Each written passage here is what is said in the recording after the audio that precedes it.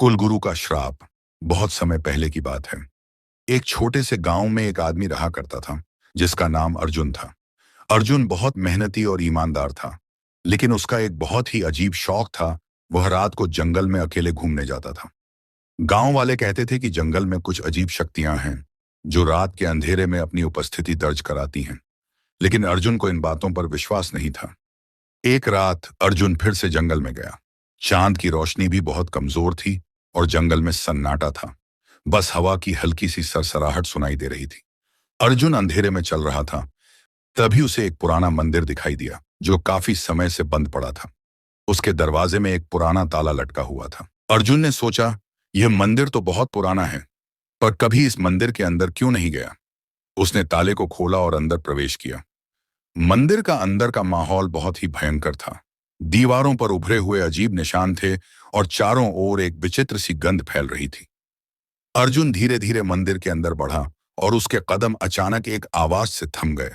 मंदिर के भीतर एक साधु बाबा की मूर्ति थी जिसकी आंखों से खून की धार बह रही थी। अर्जुन ने देखा और उसका दिल जोर जोर से धड़कने लगा। वह तेजी से पीछे हटने लगा, लेकिन तभी मंदिर का दरवाजा अचानक बंद हो गया। अर्जुन ने समझा कि अब वह फंस चुका है।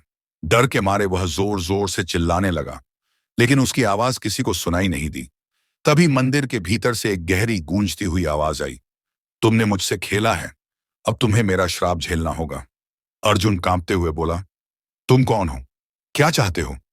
आवाज फिर से गूंजने लगी, मैं वही हूं जिसे तुमने नकारा था। मैं वह कुलगुरु हूं जिसकी उपेक्षा तुमने की। मैंने तुम्हें चेतावनी दी थी, लेकिन तुमने मेरी बात नहीं मानी। अब तुम मेरे श्राप से बच नहीं पाओगे। अर्जुन समझ गया कि वह उस कुलगुरु के श्राप का शिकार हो चुका है जिसकी बात गांव वाले करते थे। लेकिन उसने अपनी जान बचाने के लिए एक अंतिम प्रयास किया और मंदिर के चारों ओर दौड़ने लगा। अचानक मंदिर की दीवारों में अजीब सी हलचल होने लगी और एक भयंकर रोशनी मंदिर के अंदर भर गई। अर्जुन ने डर के मारे आंखें बंद कर ली। कुछ समय बाद जब अर्जुन ने आंखें खोली तो देखा कि मंदिर में अब कुछ भी नहीं था। मंदिर का पूरा निर्माण गायब हो चुका था। चारों ओर जंगल ही जंगल था और उसके सामने एक औरत खड़ी थी।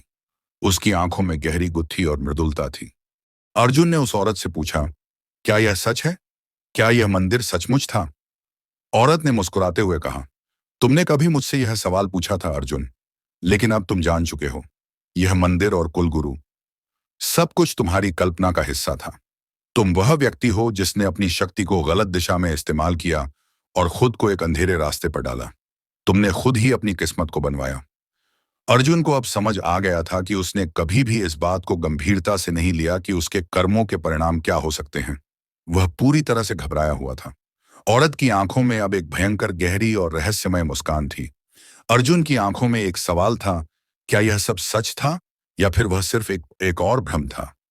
अर्जुन को अब यह एहसास हो चुका था कि कभी कभी हमारे डर और विश्वास ही हमें सबसे बुरी ओर ले जाते हैं, और वह इस भ्रम में फंसा था कि उसे कोई और शाप दे रहा था, जबकि वह खुद ही अपने भाग्य का निर्माता था।